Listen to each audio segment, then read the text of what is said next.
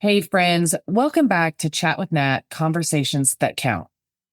Everyone talks about being a caregiver. They tell you how to organize medications, advocate, how to overcome those sleepless nights, prepare for hospice, and maybe even how to say goodbye. But almost nobody talks about what happens after. When the house gets quiet, the hospital bed is gone, the medications are disposed of, and the calendar is empty.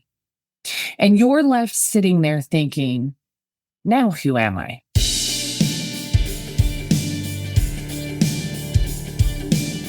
Today, I want to talk about the other side of caregiving because this is the walk I'm on since losing my mom on June 29th. And I do still support caregive for my dad. But I want to talk about the other side of that hands-on, full-time, 24/7 caregiving. Not the caregiving itself, but the healing, the adjustment, and the shift that comes after. See, the thing is, survival mode doesn't have an off switch. For weeks, months, years, your brain has been wired for emergencies. You wake at every sound. You know medication times without even looking. You automatically listen for breathing. You don't sleep deeply because somebody needs you. And then one day, they don't need you in the same way anymore. They have passed and things have gotten extremely silent. Here's the thing though, your nervous system doesn't know that. Living in fight or flight for all this time, it is why caregivers stay exhausted after caregiving ends. That brain fog, the memory issues, because you were so focused on the needs of somebody else, still sits there. Feeling emotionally numb one day and overwhelmed the next. Absolutely the norm that I've been walking this past few weeks. Your body is releasing those weeks, those months, those years of stress.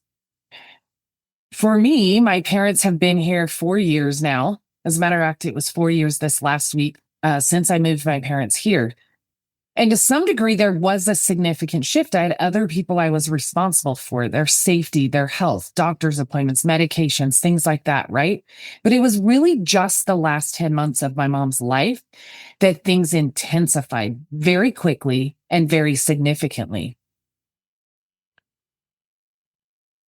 Shortly after my mom passing, the 3 days we were here before my dad and I went to Utah with my brother and sister-in-law and transferred mom's body there, I would catch myself turning on the couch as if I was about to stand up and walk into her room and check on her. There are still moments now, what are we, about 6 weeks later, that it passes through my mind. Oh, I need to order this. Or, oh, I need to get mom's medications ready. It's not as frequently as it was immediately after, but it's still there.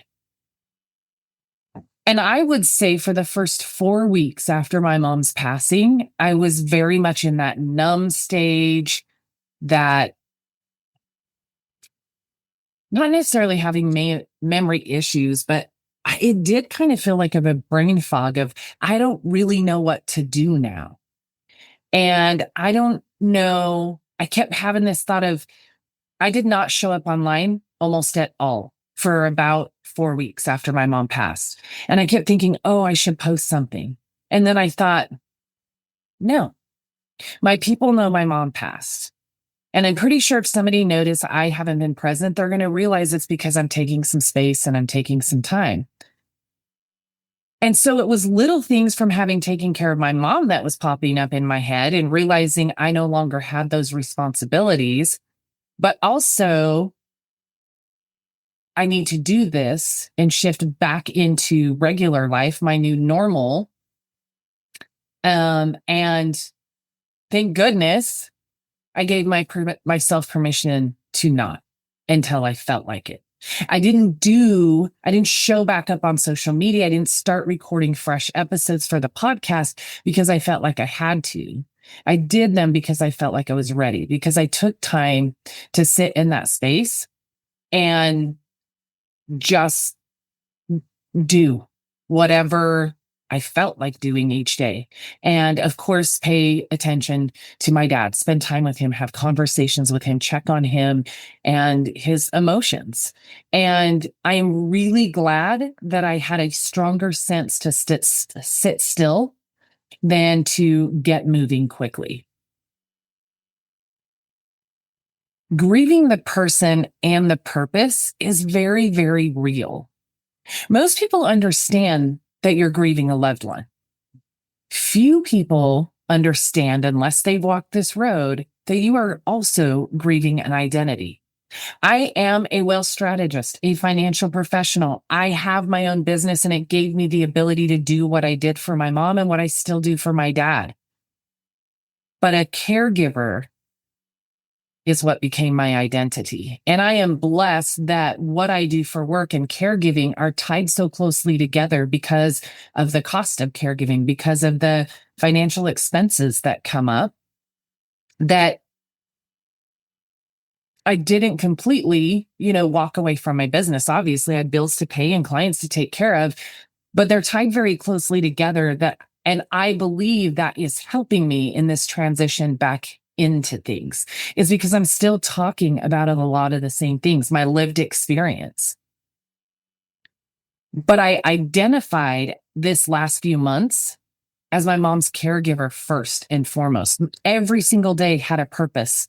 There were appointments, meals, baths, medication, making sure she was comfortable, advocating for her. And then suddenly nothing is scheduled.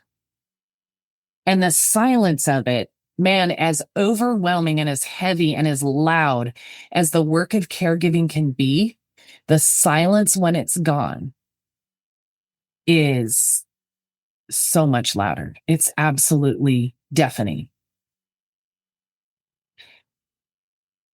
I think people run into things like identity loss. What do I do now? Who am I now? I relate it to when I have one son. I'm a single mom. So when my son was a senior in high school, he's getting ready to go in the military. And I was facing this becoming an empty nester phase. I relate it to that in the sense of trying to figure out who you are after you don't have the everyday responsibility for your children anymore. And in this case, not only do you not have the responsibility for your person, they're not coming home to visit when they have leave or a long weekend for college or something like that. And so it's similar and also different, as many things are. There can be a guilt that comes with resting because your body is wired to go, go, go, do all the time. And even though that wears you out and you at times are wondering, how can I keep doing this? I don't know if I can keep going. On the other side, you almost feel guilty that you're sitting still, that you're not getting things done at the pace that you used to. And then there's the guilt of laughing and finding joy. I'm going to say this way. I've been blessed in my life to go through some very difficult situations. And maybe that gives me a little bit different perspective. It is easier to laugh and find joy in missing my mom than it is to sit and be sad. Now, could I sit and be sad? Absolutely. And I think that there's an automatic heaviness that when you lose a loved one, it's literally punching you in the face, in the gut, in the back of the head all the time on intense replay. And I do think with time, the loudness of that softens.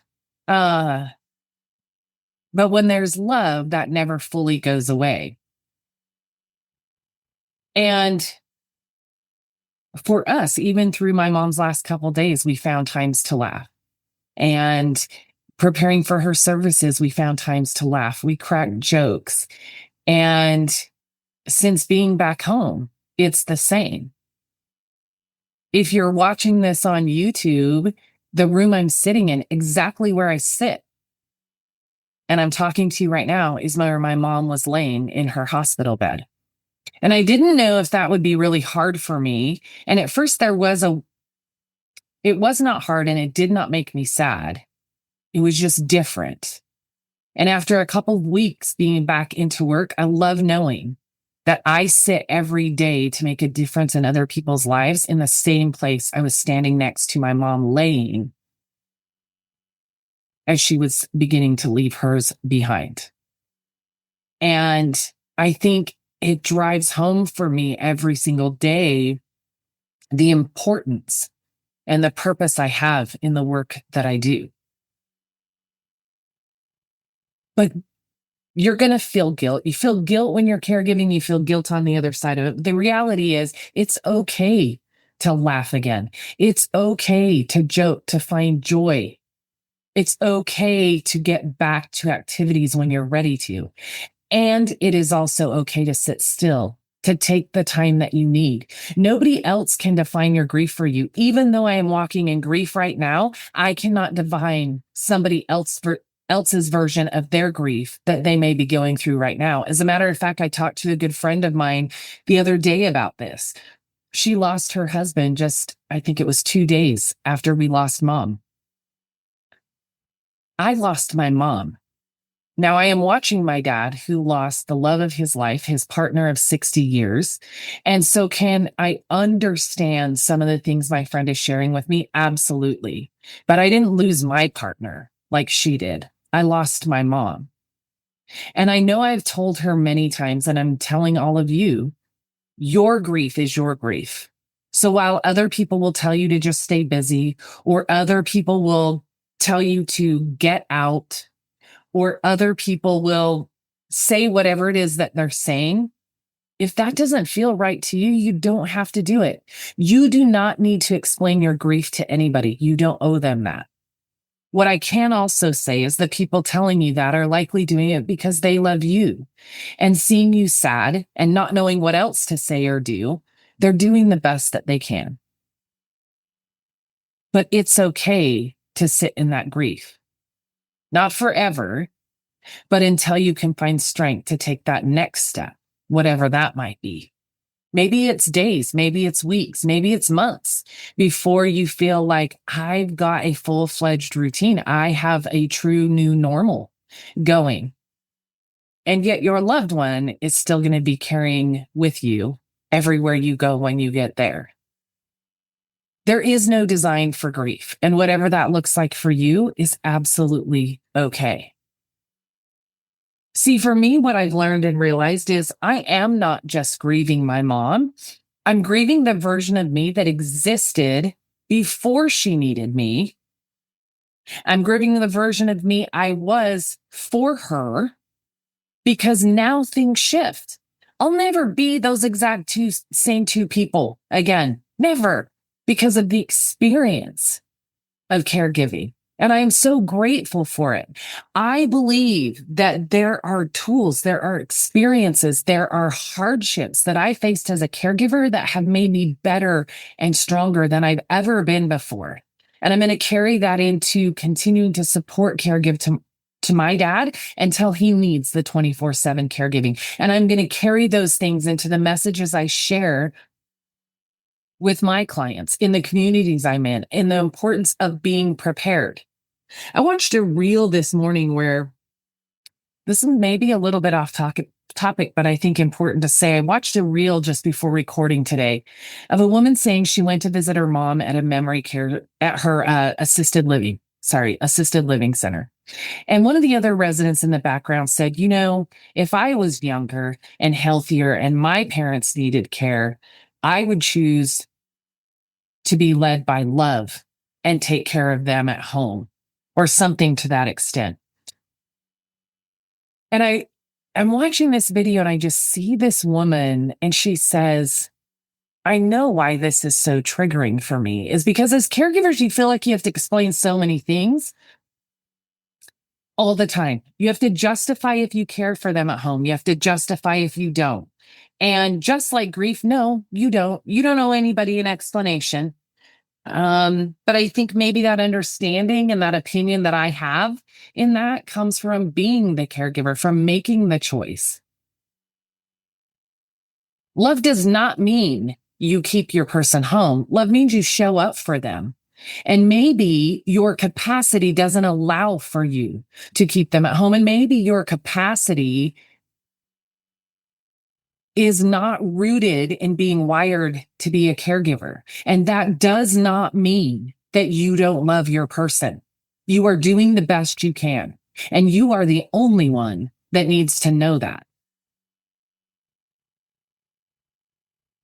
But I do know people I've talked to on this side of caregiving who feel guilty they didn't do more, who feel guilty that they didn't keep their person at home.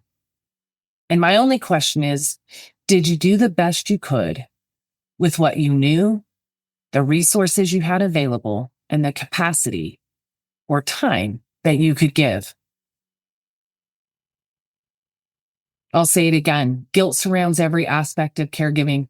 I look back and I did care for my mom at home, but I feel bad for the times that I got frustrated. I feel bad for the times that I walked away. I wished I would have sat in this room with her, on the bed with her, even more than I did. And I remember saying to my friend yesterday, there's a part of me that thinks that, and another part of me that I think I'm beyond mom passing enough to start to realize that this room was work for me. And so I did sit with her. I did read to her. I held her hand. I sang to her. But there's a part of me as a daughter who wishes I had done more. Does she know how much I loved her? Does she know everything I did, including getting frustrated and angry and whatever else along the way was all because I loved her? But I couldn't relax in this room the same way I could when I stepped out of this room, because this room contained the caregiving responsibility that I had. And again, I did all those things, but I also stepped away, and it's important to do that. So that guilt, it's there no matter what. I also know I did an amazing job with my mom. I did. And I know that. And I still wish I'd have done some things different. Now, when it comes that time for dad, I don't know if it will look the same or if it will look different. It probably will be both similar and different at the same time.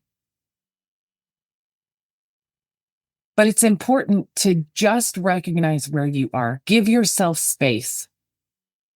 Allow yourself to feel joy. Allow yourself to laugh. Allow yourself to do whatever it feels like in that moment or that day you have the capacity to do and the desire to do. The next thing I want to talk about is how our body keeps score. Grief is not just emotional, it's physical. Some of the changes that caregivers will experience is fatigue, weight changes, hormonal shifts, brain fog, forgetfulness, anxiety, trouble sleeping, crying unexpectedly, feeling emotionally flat. Yes, to every single one of those. Every single one of those was part of my caregiving reality, which means my body is now shifting on the other side of that. You see, chronic stress changes the body while healing takes time. So I encourage you not to judge yourself. Your body is recovering from weeks, months, maybe even years of survival. The transition that your body went through getting into caregiving now needs to move the other direction. Chemically and physically, your body changed to meet the requirements of caregiving. And now that that is gone, your body has got to adjust back the other way. Give yourself grace, give yourself space, and give yourself time. Learning to live again. Oh, this one. I think it kind of leans back into the it's okay to laugh, it's okay to find joy, but learning to live again isn't betrayal. Learning to live again doesn't mean you love them any less. That first vacation without them, the first holiday, the first time you laugh until you cry, the first day you didn't cry at all. Sometimes on the other side of caregiving, we feel guilty for healing. But healing does not equal forgetting. It just means carrying things differently.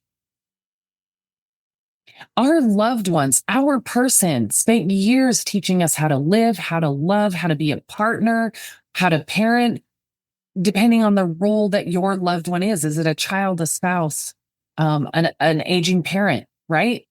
So they spent years teaching us how to be in those roles, how to love them, how to live alongside them, how to live independently, all of the things they wouldn't want us to stop living now. I told my dad a couple weeks ago, my dad's really sweet. He goes out on the back patio some evenings and he'll just sit there quietly because we're in Texas. You don't sit comfortably on a patio during the day. And it's sometimes a little rough even to do it in the evenings. It's still pretty warm. We do not get those cool down nights that some of the northern areas of the country get. However, he will sit out there sometimes just in the quiet, just with his eyes closed. And I know what he's doing now, and I give him his space, but I peek out at him. And sometimes if he's been out there for 20, 30 minutes, I'll go out and I'll sit down and I'll ask him if he's okay. And I'll ask him if he wants to talk about her. Because he's sitting there remembering the love of his life, missing her. And that doesn't mean he has tears running down his face. Sometimes he does. But he's just sitting there remembering. How beautiful is that?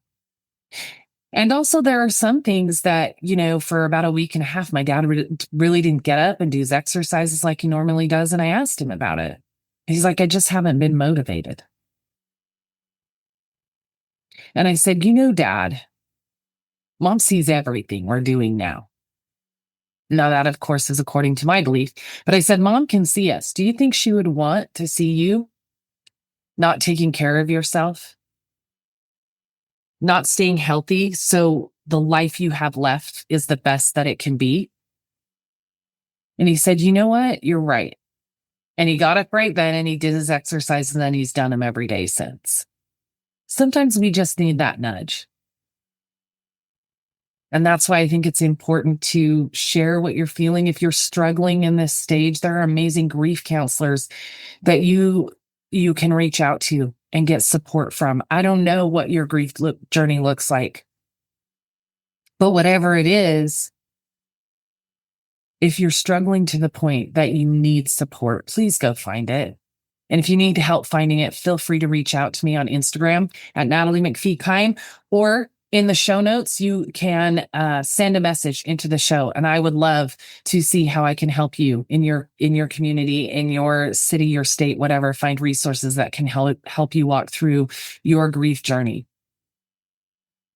And that's what I want to talk a little bit more about now. As we get ready to close out this episode, some of the practical things that have helped me is giving myself that permission to rest and not moving sooner than I felt like moving just because somewhere in my brain I thought I needed to. It's okay to continue routines that bring you comfort. It's okay to look through pictures, and it's okay not to if it's too hard.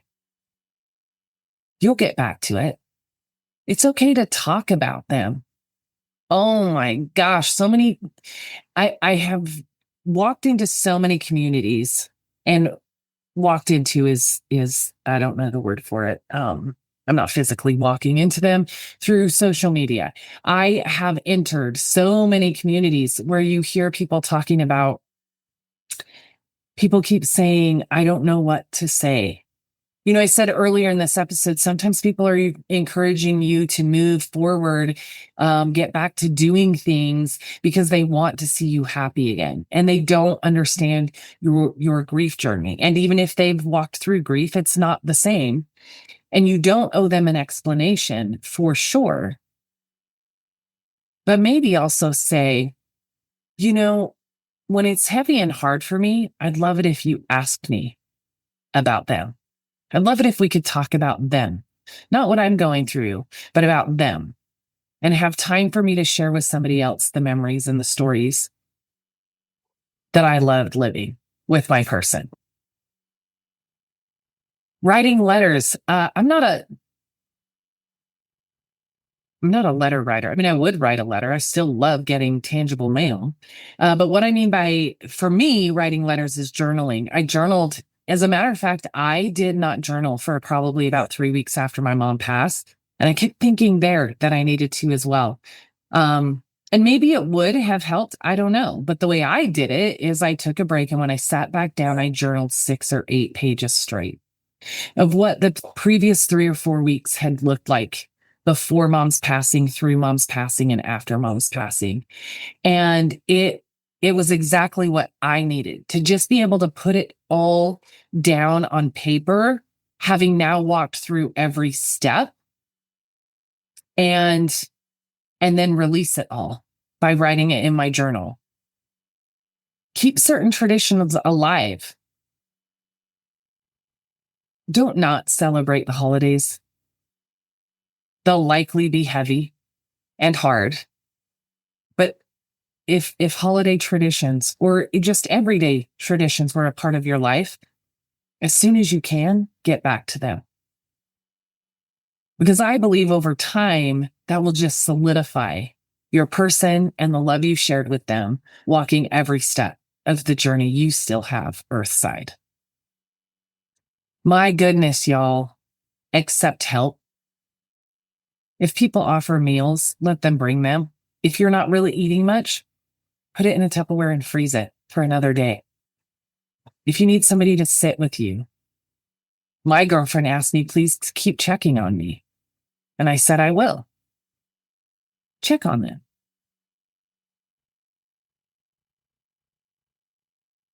But accept help. Let people show up for you. And if it's hard, and if there's limitations and boundaries you need to set around that, that's okay too. But take your time returning to purpose slowly. It's not a race. It's not about who gets back to normal faster. Your normal will never be the same. And so therefore, if you're trying to run a race to get there, you're going to epically fail because you're running towards something that no longer exists. You've got to recreate it. And you need energy to shift and recreate and create beauty on the other side of loss. And so return to that slowly. Don't try to do it all at once. And let that grief come. Let the tears fall. Let your heart feel heavy. Don't fight it. Don't fight it. It's a process that you've got to work through. And I think the longer you try to run from or hide from or fight the grief, the longer it sticks around or the harder it hits when you finally sit still. Walk through it. Sit in it. Let it be whatever it is. And let that be okay. If you're on the other side of caregiving, I want you to hear this. You're not grieving wrong. You're not weak. You're not broken. You're healing from one of the most emotionally demanding roles a human being can have. And the loss of somebody you love dearly. You spent months, maybe years, putting somebody else first. And now you've got to learn how to let go of that great love you had for them and heal yourself. Return to you in some form or fashion. Your healing, your growth on the other side of caregiving deserves the same compassion that you gave to the person you loved in caring for them. And your story didn't end when theirs did. It simply started another chapter. And maybe, just maybe, the love you poured into one person is now preparing you to pour hope into many. Because caregivers don't stop loving when caregiving ends. We simply learn a new way to carry that love forward. And I hope that you find your path to that on the other side of caregiving for you. Because that is what I'm working towards, is how can I take what I did, what I learned, and how much love I carried through caregiving and share it with others and pour it into more people in the hopes of making a difference. Thank you for joining me for another episode of Chat with Nat. And until next time, take care of yourself the way that you took care of the person that you love.